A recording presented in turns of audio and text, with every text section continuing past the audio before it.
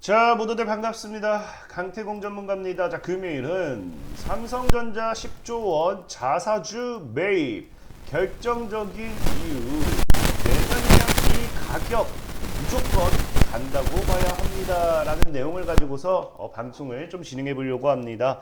자, 방송 시작하기에 앞서서 늘 말씀드리는 여러분들의 좋아요, 구독하기, 댓글까지는 너무나 많은 힘이 된다라고 말씀드리면서 오늘의 방송 시작해 보도록 하겠습니다. 자, 일단은 오늘 이제 금요일, 이제 어제 여러분들 참 이 기분 좋은 소식이었을 것 같아요. 삼성전자가 7% 정도 급등했다. 4년 8개월 만에 최대 상승이라는 거는 사실 우리가 보통의 이런 급락 이후에 갑자기 이런 급등이 나온다라고 하면은 어떤 시그널로 보느냐? 이제 상승 시그널로도 본다. 라고 전에도 한번 말씀을 많이 드렸습니다. 그러다 보니까 이제는 바닥을 다지고 상승하는 게 아닌가라고 좀 생각을 해볼 수 있는데 실제로 뭐 이렇게 생각할 수 있는 또 가장 근본적인 이유가 이 상승의 이유가 뭐 때문이다, 외국인 매수 덕분이다라는 이야기가 꽤 많아요. 근데 제가 전에도 한번 말씀드렸을 겁니다. 전에도 한번 말씀드렸을 건데 사실 지금 이제 이게 4일 당장 4일 전이죠. 이제 이때도 뭐 말씀드렸는데 이게 외국인 보유 비율, 그러니까 외국인 평단가를 봤을 때는 추가적인 낙폭이 더 나오게 된다라고 하면은 삼성전자가 이제 손실일 수밖에 없기 때문에 조만간 이제 외국인들의 또 매수세가 들어오기 시작할 거다라고 여러분들에게 한번 좀 제가 며칠 전에 말씀을 드렸습니다. 그리고 나서 실질적으로 지금 뭐하고 있다? 지금 이제 외국인이 돌아오고 있다라는 겁니다. 그러면서 이 외국인의 수급 덕분에 지금 삼성전자를 7% 넘게 올렸기 때문에 앞으로는 이 외국인의 매수세에 따라 가지고 삼성전자가 얼마든지 더 올라갈 수 있음을 뭐다 보여주는 대목이 아닌가 좀 생각을 해보고 있어요. 그럼 과연 이 외국인이 지금 상황에서 삼성전자를 매수한 이유가 무엇인가를 생각을 해봤을 때 사실 이것을 알고 했는지 모르고 했는지 모르겠습니다만은 어찌됐든지 뭐다, 이 삼성전자가 10조 원 규모 자사주를 매입하겠다라고 밝힌 만큼 앞으로의 이 추가적인 이슈들이 나와줄 게 더 많지 않나라고 좀 생각을 해보자라는 거죠. 실질적으로 이 10조 원이라는 건 작은 규모가 아닙니다. 근데 어쨌든 주주 가치를 제고하기 위해서 주가가 너무 급락하니까 주주 가치 제고를 위해 이제 10조 원 규모의 자사주를 매입을 하겠다라고 밝히긴 했지만 분명히 이 10조 원이라는 것도 생각해보면요, 정말 앞으로 삼성전자의 악재밖에 안 나갔다라고 하면은 삼성전자 입장에서 무리해서 굳이 이거를 매입을 해야 될 이유가 없습니다. 오히려 매입을 함으로 인해 가지고 기업에 대한 이런 손실, 이것들이 더 커질 수도 있기 때문에. 하지만 지금 상황에서 삼성전자가 이제 뭐 한다? 10조 원을 매수를 하겠다라는 거는 분명히 그에 달하는 뭐다? 이 거대한 또 이슈가 나와주는 게 아닌가를 좀 생각을 해볼 수 있다는 거겠죠.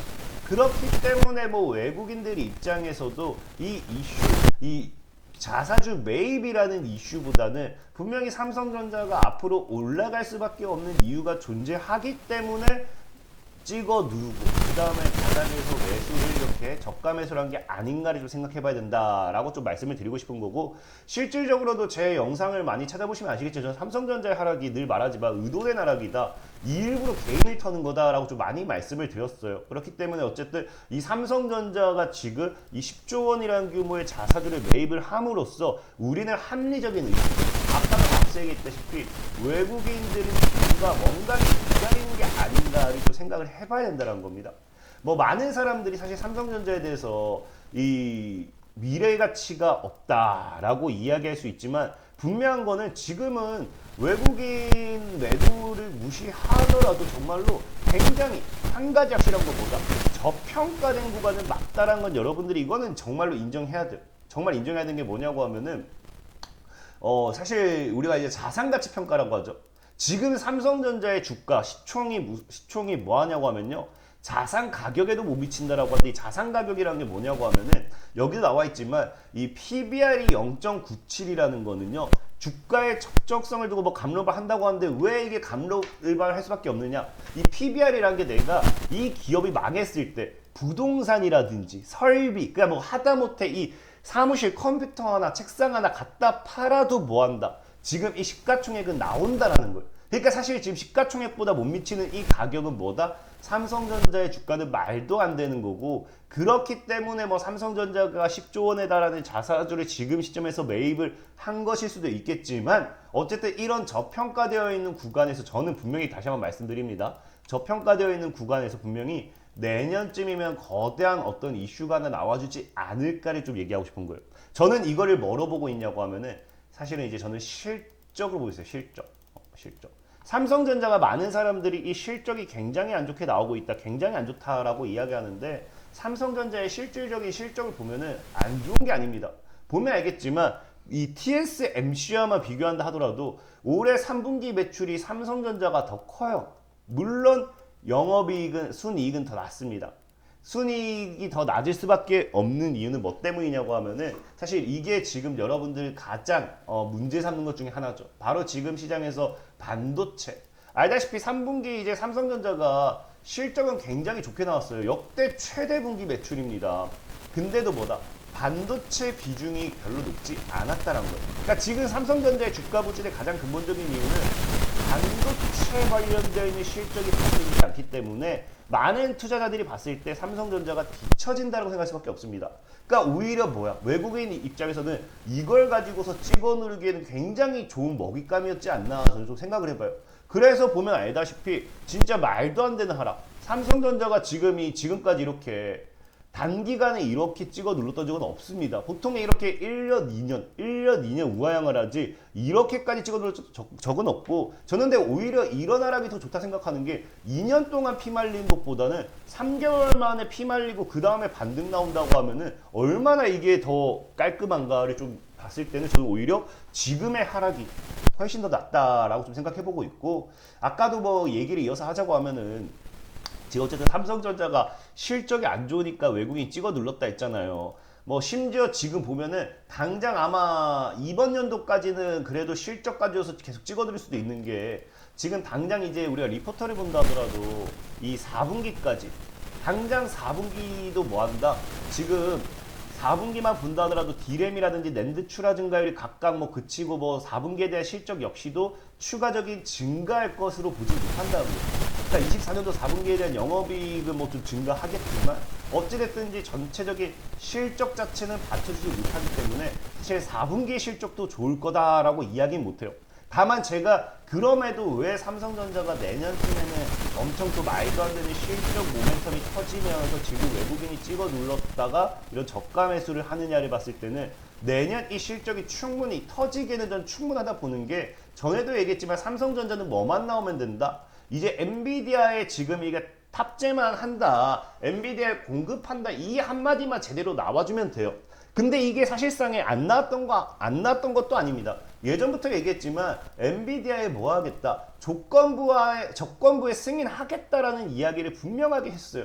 그렇기 때문에 삼성전자 입장에서는 분명히 엔비디아에 공급을 한다 봐야 되는 거고, 전에도 얘기했지만 이 조건부 승인이라는 게 사실상 공급 물량이 부족하기 때문에 제가 자주 이야기하는 뭐예요? 실질적으로 엔비디아 입장에서도 지금 AI 칩 공급 부족으로서 고객 관계가 긴장 상태에서 지금 공급이 수요를 못 따라가요.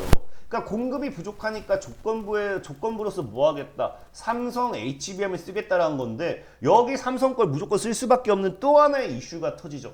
뭐가 터지자고 하면요, 오늘 뉴스 나온 겁니다. 뭐다? 기업 가치 70조의 머스크의 xAI가 뭐 하겠다? 엔비디아 칩 10만 개 매입 예정이다. 10만 개에 또 안 그래도 수요가 너무 많아가지고 미치겠는데 또 10만 개를 매입한대요. 엔비디아 칩을. 그럼 뭐 할 수밖에 없어요?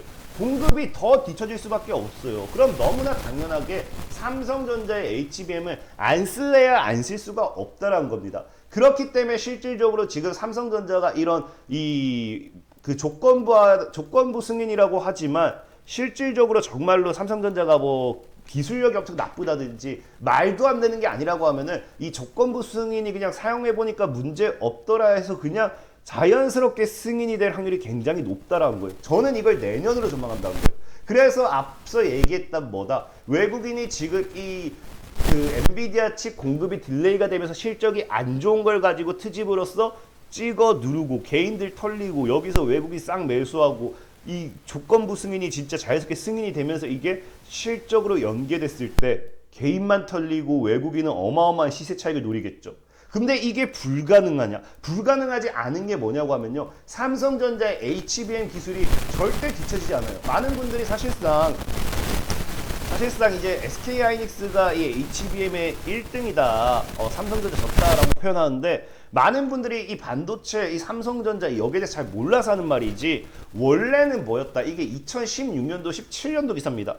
원래 17년도까지는 보다시피 삼성전자가 전 세계에서 HBM 디램 기술에 가장 앞서 나가고 있었어요.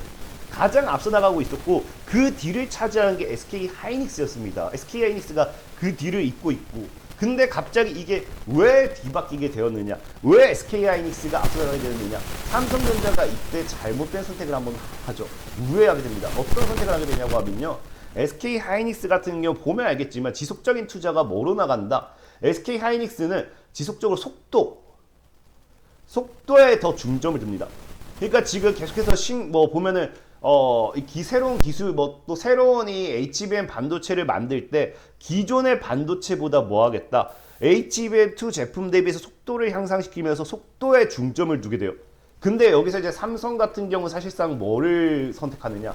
속도보다는 더 스마트하고 깨끗하게 된다. 그러니까 기능에 또 중점을 두게 됩니다. 그러니까 이 차이예요. 그러다 보니까 사실 HBM에 있어서 중요한 거는 HBM은 속도거든요, 속도. 그러니까 여기서 이제 기존의 삼성전자가 기술력이 없던 게 아니라 삼성전자는 보다 더 똑똑하고 보다 더 스마트한 칩을 만들고 싶었던 거고 SK 하이닉스 같은 경우는 보다 더 빠른 그런 칩을 만들고 싶었던 거겠죠.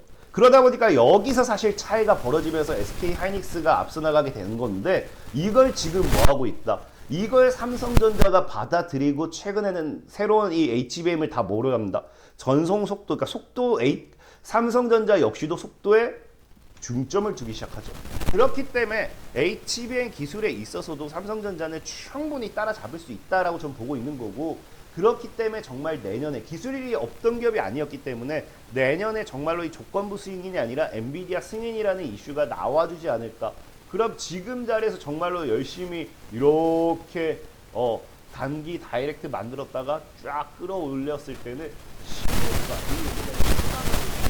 그런 시장은 충분히 올 거다라고 말씀드리면서 삼성전자 보유하신 분들은 흔들리지 마시라 말씀을 좀 드리면서 오늘 방송 마무리하도록 하겠습니다. 자, 지금까지 강태공 전문가였고요. 여러분들 좋아요, 구독하기, 댓글까지 너무나 많은 힘이 된다 말씀드리면서 자, 모두들 안녕.